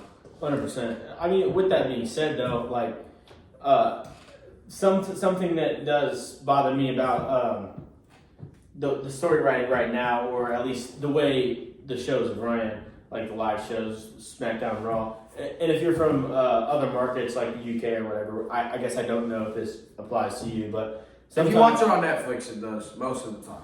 Sometimes they put a commercial over women's matches. So they pull up a commercial and put it on the right side, and then they have the match on the left side. And it's why are you doing that? I would much rather you just put it on full commercial rather than me having to listen to the commercial and watch the match on the other side. Well, it's not even just the women's. I noticed it did it for the men's when I was watching Raw last night. So it was last night. So it ruins the match for me, honestly, sometimes, because it's you miss some key moments, right? I mean, you can see them, but it's not the same. You know what I mean? It's not the same, and I mean that's honestly like going to the event, the live event, and watching it from home, because you don't get the commentators, you don't know fully what's happening, and you don't know if somebody didn't sell a move, you don't know if somebody did sell a move well, whatever. You know what I'm saying? So in terms of that, it's almost I'm getting less of an experience. You know what I'm saying? In terms of just so you can run an ad, which I understand that you have to run ads, but at the same time, I would much rather miss out on half a portion of the match that I don't know that I'm missing out on than being able to watch it in the left side and not be able to know fully what's going on, or not be able to concentrate on what's going on because this ad is talking to me a million miles a minute. You know what I'm saying? The only bad thing, though, I think, about going to a real show, which when me and you went to Monday Night Raw, as if you remember, there was a part where I believe it was Braun Breaker and Chad Gable, I think, were fighting maybe, and we saw Sheamus sneak around behind the commentators, or rather where the bell is, because we were there, and they don't show that on TV. So you know what I remember? Do you remember that? So I think that's the only bad thing about actually going, is some stuff is not a surprise, or you can't hear commentators too, which I know you kind of brought up briefly. So. But yeah, the commercials, going back to your commercials, going over the matches and stuff, or side by side, it just ruins the match for me, because it's like you said, I'm trying to focus on the match, and when you're talking about other things while I'm trying to watch the match, it just doesn't work well. It just doesn't flow through right for me. Yeah, I tend to agree. I mean, going back to what you said about like the crowd understanding, or seeing stuff that the audience doesn't see. I mean, that really happened last night, and this is a really good point to segue. We're going to talk about the steel cage match between Seth Rollins and CM Punk that happened last night. I mean, that match was wild. Yeah. And I mean, they were shooting moves, and I mean, 4 or 5 stomps to each other. I mean, me personally, I would have taken it and probably been out. You know what I'm saying? But obviously, CM Punk wants that spot, and CM Punk and Seth Rollins, they've got beef, like real beef, like outside the ring. Like, they hate each other. It feels like it, that's for sure. And then, obviously, what I was saying, spoiler alert if you haven't watched Raw, but Roman Reigns, the tribal chief, you know what I'm saying, acknowledge him, but he came back and ripped Seth Rollins out of the ring. After he won. He won the match, but I believe... Well, he won the match because Roman Reigns ripped him out. So, honestly, the storytelling is beautiful. Again, Paul Levesque, clap it up for Paul Levesque. Like that was a perfect writing. Like now you've set up your WrestleMania match between all 3 of those people, and those are 3 faces of the company. Like you already have 2 faces in the John Cena Cody Rhodes fight, which we'll talk about that in a couple minutes. And I know we keep saying it, but like that's the main topic. You know what I mean? Yeah. Like Paul Levesque is getting all of the faces of the company into WrestleMania. You know what I'm saying? And that's beautiful. And it's being told perfectly. Like. This whole, I mean, like I said, I think it's going to be a triple threat between Roman, Seth. Oh, 1,000%. I love the storyline between them 3. I love the real, Seth Rollins, Roman still hating Seth from the whole Shield stuff, all back when. And, Seth hating towards CM Punk for leaving WWE and going to AEW and whatnot. So I love this story. It's going out beautiful, right? And right there at the Royal Rumble too, if you remember, Logan Paul eliminated CM Punk and Seth and Roman. Yeah, all of them eliminated each other, and then Seth stomped on Roman's head a few times. Yeah. Slammed him into the stairs at one point, or the steel. And then I believe Seth Rollins and CM Punk got into a fight right after he stomped Roman like 2 or 3 times. Yeah. So. And I mean, normally what you would see in these WrestleMania like storylines is like a rushed promo or a rushed beef or beef that's not really there, or like them just rushing into something. You know what I'm saying? In previous years, it was, now this event's over, so now that beef has to go away, and I have to beef with somebody else. No, this beef is pent up beef. You know what I'm saying? Like, it is beautiful. The storytelling is like so spot on. It makes it even like twice as good to watch, because it's like, I know that they got beef, but I wasn't expecting. I mean, I kind of was, because I had a thought that Roman Reigns was somehow going to be in a triple threat with Seth Rollins and CM Punk at WrestleMania. But if I would have had that prediction or known about the Shield previously, that would have been a beautiful storyline. You know what I'm saying? And it still is a good storyline. I mean, like you said, this dates back to a while ago. If you go all the way back to the Shield, Seth Rollins turning on Roman Reigns, hitting him with the chair, which, fun fact for you, that actually was at Indianapolis. So that's pretty cool. But, however, back to the story. I mean, this has been going on for years. I mean, that Shield thing happened, 2015, 2016 maybe? Yeah, something like that. Somewhere in that era. And here we are years later, it's still going. Yeah, the fact that it's not rushed is amazing. Like, the promos used to be rushed. Everything used to be rushed. Everything seems to be flowing, like, naturally. Almost like it's natural progression of, like, human emotions. You know what I'm saying? Yes, Roman Reigns should still be pissed off. I would be too. Yes, Seth Rollins should still be a little upset that CM Punk left the company high and dry. Although, look back at it, what Vince McMahon was doing to him and what the company was doing to him wasn't great. So obviously CM Punk should defend himself for it. You know what I'm saying? And obviously Seth Rollins should hate Roman Reigns. You know what I'm saying? Yeah. Like, Roman Reigns was champion longer than Seth Rollins. You know what I'm saying? And probably held it more times than Seth Rollins. And to that point, yes, they should not like each other. So the beef is there, and putting the beef together, it's beautiful. It's chef's kiss. Now, I don't know about Logan Paul eliminating them all at the Royal Rumble. That's another problem. That seemed a little rushed to me, but to build the storyline that he was building, it was perfect. You know what I mean? So, I mean, I can't complain about the story writing behind that. And I thought him coming back, it was beautiful, perfect timing for him to come back. Which, speaking of Logan Paul, I personally, super hot take, I think he's a good wrestler. I think he's fun to watch. I think his high flying, old school, I mean, this dude, if I can insert a clip, I'll insert a clip, but like the clips of him jumping like from the top rope backwards at SummerSlam, Cleveland, when he, jumped back off the ring into the ground where I think it was LA Knight that was standing there, then he landed on top. I mean, he's crazy athletic. Hey, love him or hate him, he is good athletic wise. Yeah, I mean, he fits the storyline perfectly, right? Exactly. Like, he is naturally born to be hated, and he loves being hated. And He's like a new Miz, almost. You know what I mean? To an extent, but then people started to like the Miz. Which that goes back to R-Truth, I would say, but anyways. But to an extent, though, I think Logan Paul is like the perfect design for the heel position. I don't know that he's ever going to be able to get out of that position. Almost like John Cena, it was hard for him to get out of his baby face. Yeah, the happy, never give up. Yeah, it was hard for him to get out of that, and it's hard for fans to accept that, right? I think it's going to be hard for fans to accept Logan Paul. It took Miz, 20 years of bad to finally become. And same thing with Cena, right? I think the Miz was 50-50, though, for most of it, whereas right now I believe that Logan Paul is 75-25.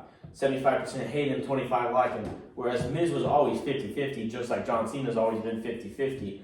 If not more, 75% like him. I think Cena isn't because he's bad. I just think, from what I've heard from personal preference and friends and family, is people either I love him. I think he's a lot of fun. I just love all of John Cena. I don't know how to describe it. It's just something.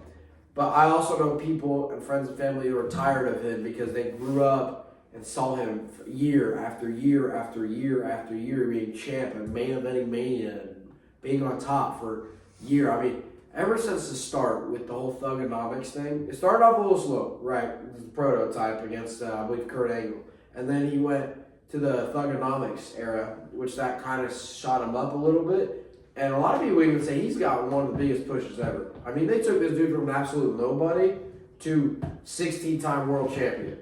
Yeah, and I mean, on top of the world, in the acting world, too. Like, he stars in, 5 to 6 movies every year. Like, if you can do that and, you know what I'm saying, still be, world-renowned in other things, come on. You're doing something right. WWE has done something right with John Cena. Now, have they done that with many others? Not really. Rock had similar. Yeah, but, to the extent of, Batista's going out and doing stuff, and he was a huge baby face and everybody loved him, but he's only been in a few movies. You know what I'm saying? He's in Guardians of the Galaxy. I think he was just in. They just did a new movie. It was called Hunters or something, and it's got Batista, Drew McIntyre. I think's in it too. I haven't seen it. I like to watch it though. But anyway, he's only in 5, 6 movies. Yes, and they're in smaller movies. Although Guardians of the Galaxy was pretty massive. That was about the biggest thing I think he's done. I'll look it up real quick. But to that same point though, you've also had the Miz go out and do stuff. So, but it's not always been as big as what The Rock and John Cena do. He's been actually in a lot more than I think I realized. He's in Avengers Endgame, Thor: Love and Thunder. Well, he's in all of those because he's as Drax. Still, he's in Dune, Knock at the Cabin, The Blade Runner. Okay. I mean, those are about it. He's in Scorpion. That's fair. I'm not hating against the WWE. I think that they've done a very good job in making some of the top talent that they have into movie stars after they're out of the ring. And I think that is a beautiful thing to do because, one, they are actors, right? So to that point, right, you should be able to transfer whatever you're doing in the ring over to movies. And the fact that WWE is able to do it with so much is amazing. But I will say I think that John Cena and The Rock have gone over the top. Rock, no question. They've passed that mountaintop. Rock is in some of the most famous movies ever. Right, but now, like I'm saying, Cena's in some big ones. I just pulled it up just real quick. I mean, he's in some of the Fast and Furious movies. He's in Bumblebee. He did Ferdinand. He's done 2 of the Daddy's Home movies. All those are pretty good movies. I got you. So what I'm saying though is, The Rock and Cena have seen the peak, right? And they went over the peak. You know what I'm saying? Like they've done above and beyond what others in the WWE have done in terms of like acting roles. You know what I'm saying? Like they have just taken off and pushed the WWE forward. That's what I'm getting at. I'm not saying that. I'm just saying that like comparatively, The Rock and Cena are probably the best two to come out acting wise. You know what I'm saying? Oh, no, Although it's because, if you want to look at, right, you got to look at both acting and in-ring, how popular they are. Because if you want to pull that up, right, Cena and Rock take the cake. Because all the other, in my opinion, other than maybe Batista, all the other ones I've tried it just doesn't work, right? Hogan did some super small movies. None of them were good. I don't even know if Stone Cold did anything. Oh no, Stone Cold did the one with Adam Sandler, Grown Ups. That's about the only movie he ever did. Undertaker never did anything. Stone Cold has his whole TV show that did really well, the Broken Skull Ranch. So there's that for him. Although he wasn't acting, which I think to an extent you have to feel that out, right? Cena's a good actor. Stone Cold didn't really act. He just was a badass and did what he wanted. You know what I'm saying? But you get the Miz, right? He did the Marine, and he did like 3 or 4 of them, maybe even 5 of them, and he was the star of that thing, and that franchise took off. Have I ever seen many of them? No, but it's the popularity of it was somewhere, right? Or I wouldn't have heard it, like, right? You know what I'm saying? And he wouldn't have said anything about it. But that's what I mean, though. Like, The Rock and Cena are at the peak, if not over the peak. So that brings us really to, honestly, one of the final points. Cena. Let's talk about it. Cena's heel turn. It's back to the whole Paul thing, like we said a million times already. I could not have guessed his heel turn for anything. I could have seen Cody going heel or Rock turning. Nothing. I mean, he was already heel, but going off on Cena. And as soon as Cena hugged Cody, did that, Rock mad face, Rock did the thing, right? I couldn't believe it. I genuinely thought at first Cena may have turned on Rock, and we could have seen Cody and Cena some way triple threat against The Rock, maybe. But as soon as he turned, kicked Cody in the nads, bro, I couldn't believe it. Yeah, I could not believe it. Then them all three, Travis Scott hitting Cody with the with his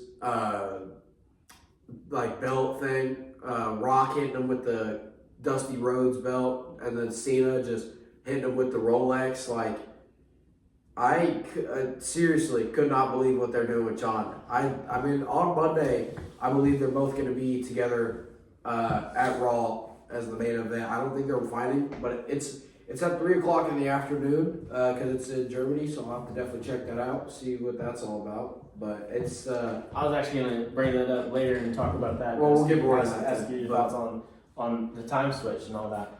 But to that point, though, I definitely did not see Cena turning heel, especially in his farewell tour. I figured let's just keep him babyface, finish off as a babyface. Which I don't think they're going to end his final match in December as a heel. He's got to go back to babyface in some way. I don't see it. I agree, but I definitely could have seen Cody going heel, and they definitely hinted at it a little bit in terms of like. They still showed it. Yeah, he came back and he did what he wanted. He asked for the match, got a match, and then tore his pec and still got a match. Won the title. Went away for about a month because he was rehabbing his pec that he tore because he was ego lifting it right before a freaking event. Like to that extent, like that's really just showing like how much he cares about the franchise, right? And I'm not saying that Cody doesn't, and all respect to him, I know he does, and he is the babyface and champion right now, and I respect that. He deserved it. But to that same point, though, I definitely could have seen them using some of that as his heel turn rather than Cena's heel turn. But I definitely think it was the right choice. In this moment, I believe it was the right choice. If they wanted to making the WWE Universe shocked, this was absolutely the right pick. If they would have turned Cody heel, I think a lot more people were expecting it. A lot more people could have seen it, like we just said. However, you can't see Cena. Literally, you can't see him turning. Like, I could not see him turning heel for the longest time. So they did. Like I said, great job. What do you think? Like, what's going to happen? You think with this? So in my opinion, I don't know, honestly. I mean, I don't think John Cena wins the championship yet. I think that they're going to run this farewell tour until they can't. And, I mean, I don't know what that means in terms of when he's going to get the championship. I do think that eventually they give it to him, whether it's given or taken. Well, do you think it's going to be the WWE title or the World Heavyweight? Because he's just got to win a title to become champion. It don't matter which one. It's definitely going to be the WWE Championship just because of the storyline with Cody and The Rock. You know what I mean? Like, it's all set there. I don't think that WrestleMania ends the entire story. I think it ends a piece of the story.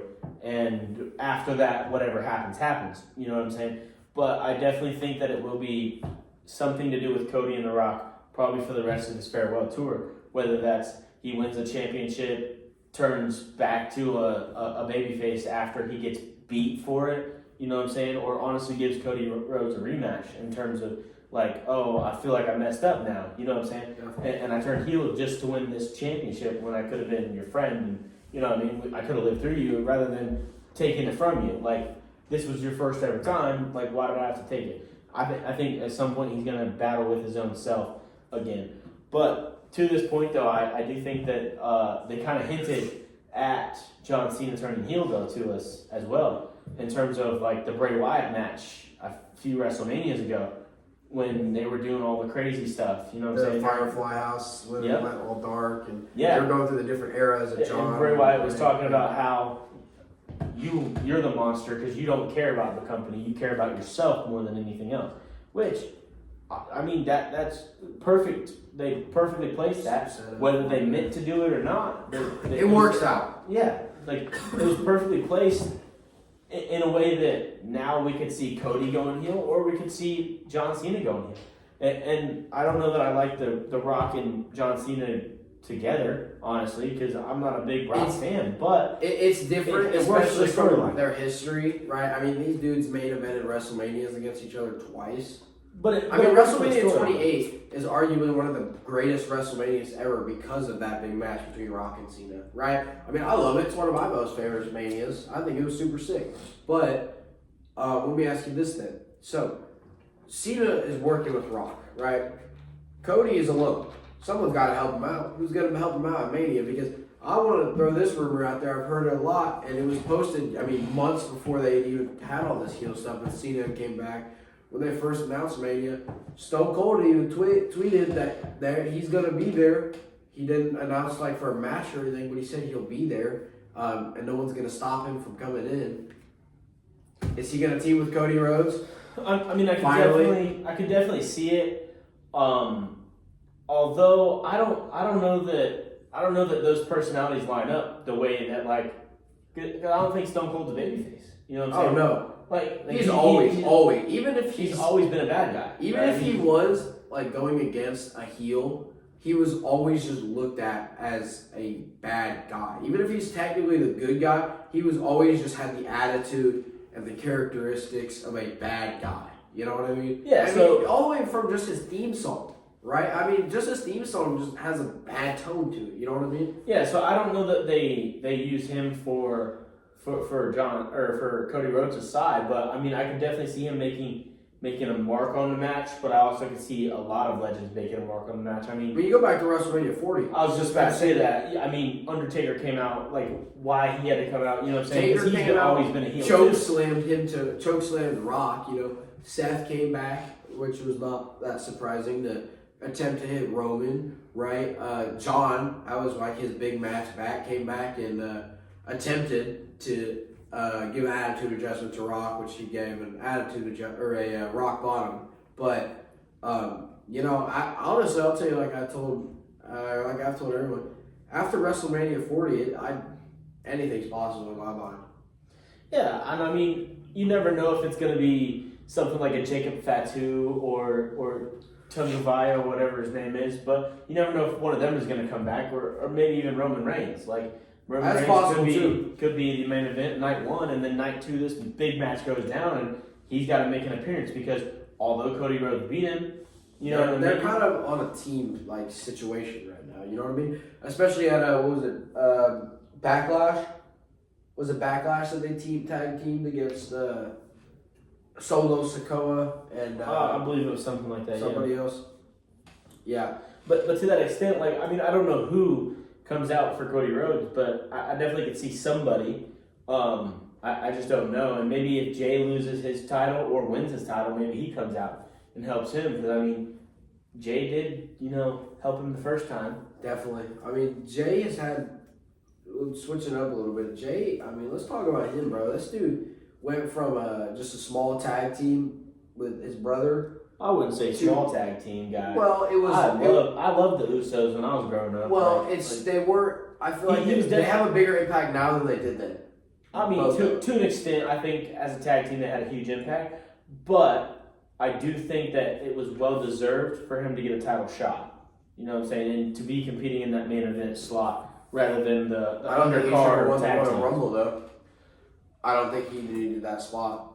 I think he could have won. I think they should have swapped it. Honestly, I know they were doing it for money wise and probably just to get fans. I think John should have won the Royal Rumble. Uso won the Elimination Chamber. See, I don't think so because, and hear me out, because if John Cena wins the Royal Rumble, I don't think he turns heel. You know what I'm saying? It ruins the storyline because essentially the Elimination Chamber was his last shot. And the reason that he did turn heel was because he has, quote unquote, sold his soul to The Rock. And he wants that last shot, you know what I'm saying? So that's why he was able to put himself in everything. You know what I mean? You lose the Royal Rumble, and that's what he literally said. If he didn't have to fight in a match like Seth and Punk and all the other guys did. All he did as soon as the Rumble was over at his press conference, I'm competing in the Elimination Chamber. And I believe he said, I've never felt so confident about winning my title until now.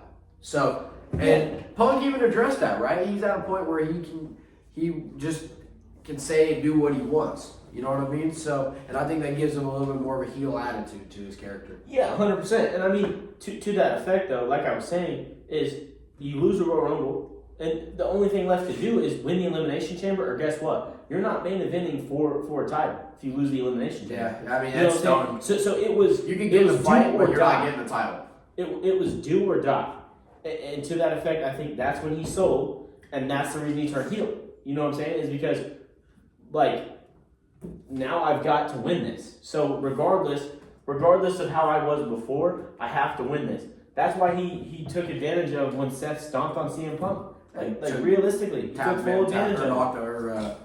Made him black out, pass out, whatever. But yeah, because like old John Cena doesn't do that. You know what I'm saying? No, Cena's always. I believe they put him in the record book as the longest babyface ever until now. Yeah, I think it was 21 years. But like to that extent, like you know what I mean? Like he doesn't do that. So he knew this was his last moment, and he had to do it. You know what I'm saying? So I think literally the last time is now. So for sure. Let me ask you this then. So you know how when Rock came back at Backlash, all he did was came out to Cody and Roman, he just held up the 3 and then left. You remember that? Mm-hmm. And then right there when Cena turned heel, he held up a 2. People are speculating as third person. Who do you think could be joining him? Cena, Rock. Who's going to join their last person? I've heard that LA Knight could be a potential for it, which I don't know. But although he does have the talent, and I think it could be a way to push him forward in terms of push him as a heel, but also put him into the main event. And you know what I mean? In terms of, I think he's got the talk and he can do the walk. I think he just needs some star power to push him forward, if that makes sense. So I think he could definitely be it. There's also, again, there's many, just like with Cody Rhodes aside, like there's many people that could help or might not. You know what I'm saying? And some people will help that you wouldn't expect. Like even at WrestleMania 40 with Undertaker coming out. How do you feel about Logan Paul? Because I felt that, or heard that he could potentially be joining Rock and Cena. I mean, he kind of briefly brought up the kind of feel to it on Raw yesterday night. He's always been a bad guy.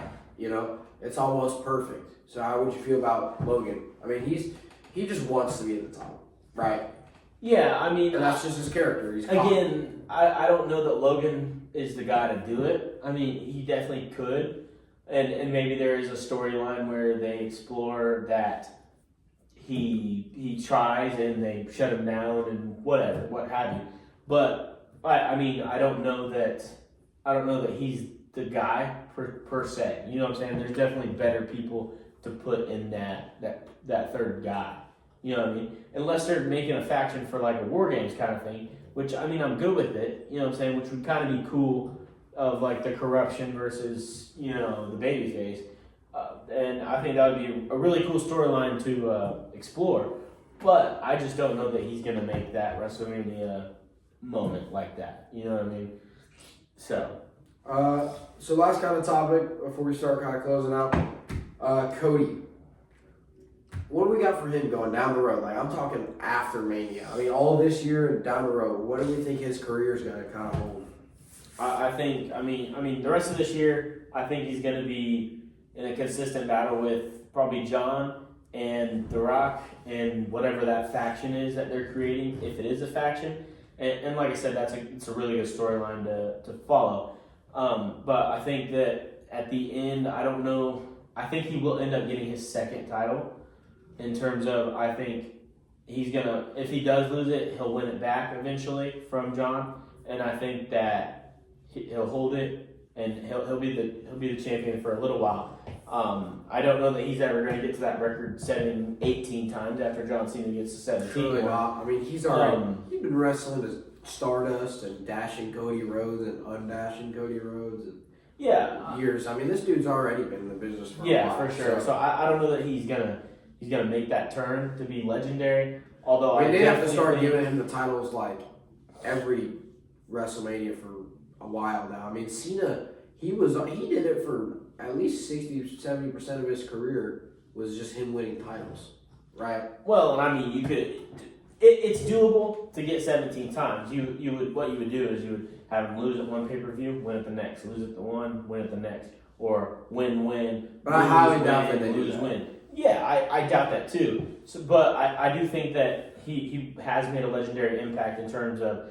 he was dashing, undashing, he was Stardust, he was with Goldust, his pops, his brother. Like I think the Rhodes family is definitely set in the legacy, and I definitely think that eventually he will be a Hall of Famer. But I do see him winning a few more championships before he retires, and I think honestly he could be the second person to get a farewell tour with the stardom that he's created and the cult following that he's got just from coming from AEW into the WWE and then winning it and all of that. I think he's definitely got a shot to move that forward in terms of that. You know what I'm saying? Definitely. If you're bringing, so let me ask you this then, bringing up the whole farewell with Cody, what about with Roman? I mean, this dude, he's carried the WWE the last couple of years, especially with John being gone and Rock and all them not being, Roman was like the main attraction, right? I think every decade's kind of had a main attraction. When the WWF was first coming to thing, Hogan was the big thing. And then it slowly kind of became Rock, Austin, and a little bit of Shawn Michaels. Then it kind of went more Attitude Era, right? With Stone Cold, Undertaker, Rock, Shawn, all those guys. Then we come in more modern day era, that's when John comes in the picture. He got pretty big. Then we come to, today, it's Cody and Roman. I mean, Roman has carried, right? I mean, this dude is getting his own Jordan collab pretty soon. I don't know if you've heard about that, but I've heard with Air Jordan. So, I mean, I definitely think that, I don't know that everybody needs a farewell tour, like you said, like for the Bellas, I don't think he needs a farewell tour.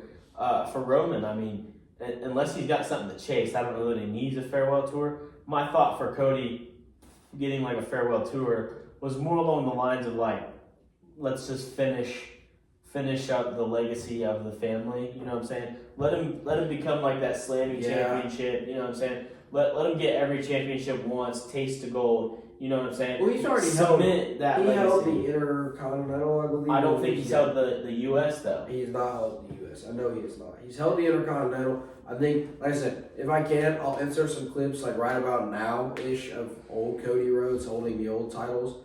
But like I said, with that being said, he's obviously held the WWE title. This is his first time. I think he's held Intercontinental. I don't know that he's held heavyweight though either. So no, he has not held heavyweight. I know he's not. He's been tag team. I know he's been tag team. He was tag team. Goldust at Stardust, I believe. But like I'm saying, no, I think that they're going to have him. If they don't, they're missing out on a great opportunity to sell. You know what I'm saying? In terms of let him become the next Slammy champion, let him get all the titles at least once before he leaves. You know what I'm saying? So whether that's him like going after the U.S. title in his last 2 years or whatever, or a year like John Cena's going after his 17th time, right? Like if it's like that for him, or if it's make him go after the world heavyweight and finish it with that. But that's why I'm saying like Cody Rhodes could get the farewell tour in terms of that, but I don't know that Roman Reigns needs that per se. I don't think his character gives a farewell tour. Exactly, until he turns babyface again, which I don't know that Roman Reigns. Even when he is a babyface, and I think he kind of is technically right now. Well, I mean, I feel like it's like Stone Cold, right? You go back to that. He's always got like a bad attitude, even if he's technically a babyface. He still gives off a bad attitude. Yeah, and I agree. And that's why I'm kind of at the point where I don't think that Roman Reigns needs a farewell tour, but Cody Rhodes could definitely get one if he doesn't get all the championships and he has something to actually chase, as you mentioned before. I think the last thing really, though, like you said, they're going to be face-to-face, Cody Rhodes and John Cena, this Monday coming up, but it's going to be at 3 o'clock our time. So yeah, what's your thoughts on WWE switching the times and doing that for just the overseas stuff? Well, for Germany, at least that's where I think this is Raw. Yeah, but I'm pretty sure it's the next 3 weeks. Yeah, it's all going to get it's 3 o'clock. One's at 4 o'clock, and then I believe it goes to 3 o'clock again. So I don't mind it because it means I get to watch it earlier, and I don't have to stay up later watching it, right? Because I know it goes to around this time, so that's nice. Personally, though, so this specifically for pay-per-views, I don't mind it for Raw and SmackDown. I don't think it should ever leave the U.S. I say that only because, like I said, I don't want to get super into this, but at the Elimination Chamber, I don't know if you watched the beginning of it, but when they were doing the national anthem, it was getting booed like crazy. Even Pat had got up and said something about that, and I just don't think that's fair because technically this is our sport and their country. You know what I mean? So, and I don't think that's very fair of them to be doing that. So I think that's my only complaint. But with time-wise, I don't mind it at all. I enjoy it being. Now, I don't like it when it's, because I believe last year's Elimination Chamber was at like 4 in the morning, and I woke up for it, and I fell asleep like halfway through. So I don't like it when it's early in the morning. I don't mind it when it's early in the afternoon, but I don't think it should be before, noon. Yeah, I mean, I think I agree with you a little bit. I think pay-per-views, I think they're cool to leave the U.S., really. I think the problem with, like, the Canadians booing the American National Anthem was mainly due to politics and what the politics are crazy right now. Yeah, and I mean, we're not going to get into that because this isn't a political podcast. Yeah, so we're not going to stay we won't stay out of that on this show. But like I'm saying, though, like, it shouldn't matter. Like, you should still respect other people's national anthems. Right. But to that effect, though, like, if the politics were out of it, I don't think you get that boo. You know what I'm saying? So I don't think that should be a factor in that. I definitely agree with the fact that you said it shouldn't be at 4 a.m. because you're losing half of your audience. Although I think you're losing half of your audience, though, with it just being in the U.S. So maybe don't let the out of state or out of country live it, watch a live stream of it, but maybe have them send them a recording, you know what I mean, something like that. But again, I don't know how that works either. You know what I'm saying? That way, it's at a better time. I'm sure it's at a weird process. But. Yeah, but to that extent, though, I think it definitely should go. And all it's going to do is increase the fan base. When we were at the Royal Rumble, I definitely met some people from out of the country who and it was really cool to meet them and just kind of see their culture a little bit. Outside. I mean, I don't remember who posted this, but I had seen for the Royal Rumble, which first of all, it was it's 3, I believe, for most viewed event ever. I think the only event is night 1 and 2, both are first and second of WrestleMania 40. So the Royal Rumble was one of the most watched events, which was pretty cool. I believe it said that 80% of the people there were from outside of Indiana and all around the world, and only 20% of it was from Indiana. So I mean, most of it was not even people from Indy. Obviously, we're from Indy, but most people were out of state, out of country. So, I know that's a big aspect, specifically them making money wise, right? I know people spend crazy. I mean, green shirt guy. I mean, just look at him. That dude sat front row at events for 10 years now, at least. So, with that being said, though, if people are going that far out of their way to come out of their country to come to ours to see big pay-per-views, I would also, you could also say that's a reason to keep it in the U.S. Because if they're going out all the way just to come to, no offense, I love Indiana, but just coming to Indiana out of all states to see the Royal Rumble, what makes you think they're not going to go to California or Florida or something? I mean, and to the same point though, like what makes people think that people from America won't go to Saudi Arabia or all these other countries just to watch it? And I mean, because the Royal Rumble, like, don't get me wrong, the venue, Lucas Oil Stadium is beautiful. Great stadium, man. But it's set up for football, nothing else. Clearly. Like, and maybe a little motocross and monster jam, just because like it's flat ground, you know what I'm saying? But other than that, though, it is not set up. It was probably one of the worst, like Royal Rumble, like ramps and like rings in terms of it was just small and it was just hard to see. You know what I'm saying? So people come to that and pay buku dollars. You know what I'm saying? Oh yeah. So, we were in section 336 and our tickets were already in the $300 range. So. Yeah, and I mean, so WWE is doing something right, and they're getting their fan base to move out of their comfort zone and to move to places, regardless of venue or country or or political affiliation. Yeah. You know what I'm saying? So that's really something that's kind of cool to see in terms of that. So anyway, kind of final thoughts here, I guess. I mean, WWE's on the up and coming. It's at a peak right now. Yeah, for sure. That big peak. Yeah, I mean, I hope it doesn't crash, but it definitely could crash and burn, but I hope it just stays at the peak. Free agency is going crazy right now. College basketball is going crazy, as you guys know. Free agency, what are you looking for in free agency coming up? Like, what do you see? Hey, there's still a couple quarterbacks left on the market. I'm excited to see what happens with that. Aaron Rodgers is still available. Who else is available? Kirk Cousins, I think, is still available too. I believe so. I'm excited to see what happens with that. It's probably quarterbacks. They changed it. They changed the league a lot, right? Old quarterbacks go on the teams. I mean, it can change the whole aspect of your team, right? One bad quarterback can screw up your whole team, or one good quarterback can improve your whole team. You know what I mean? So I'm excited to see that. I love, seeing all the running backs and receivers. Obviously, it's fun to watch them. So all that. What about you? Final thoughts, free agency? What do you want to say about? Just looking to see where Russell Wilson goes, and then kind of just going to the draft after that point. So anyway, thank you guys so much for watching. If you enjoyed it, like and subscribe. We're going to try and do this pretty regularly. Also, follow our social media. We'll have that link. I'll tag it somewhere, and I'll link it in the description too. Also, before we go, I just want to give a quick shout out to a page on Instagram. It is, I believe, at Custom Tech Creations. I will also put it in bio and on the screen. That is a close friend. He is looking to start local Indiana specifically. Looking to help repair computers, PCs, laptops, whatever you got, screens, technical problems, whatever. Upgrades, whatever. I'll also tag his email in case you're interested. Reach out to him. Just thought I'd throw that out there. Thank y'all for watching our first episode of Game Station. Yep. It's been a Game Station podcast. We appreciate y'all watching. We will definitely be back. Also, leave your comments.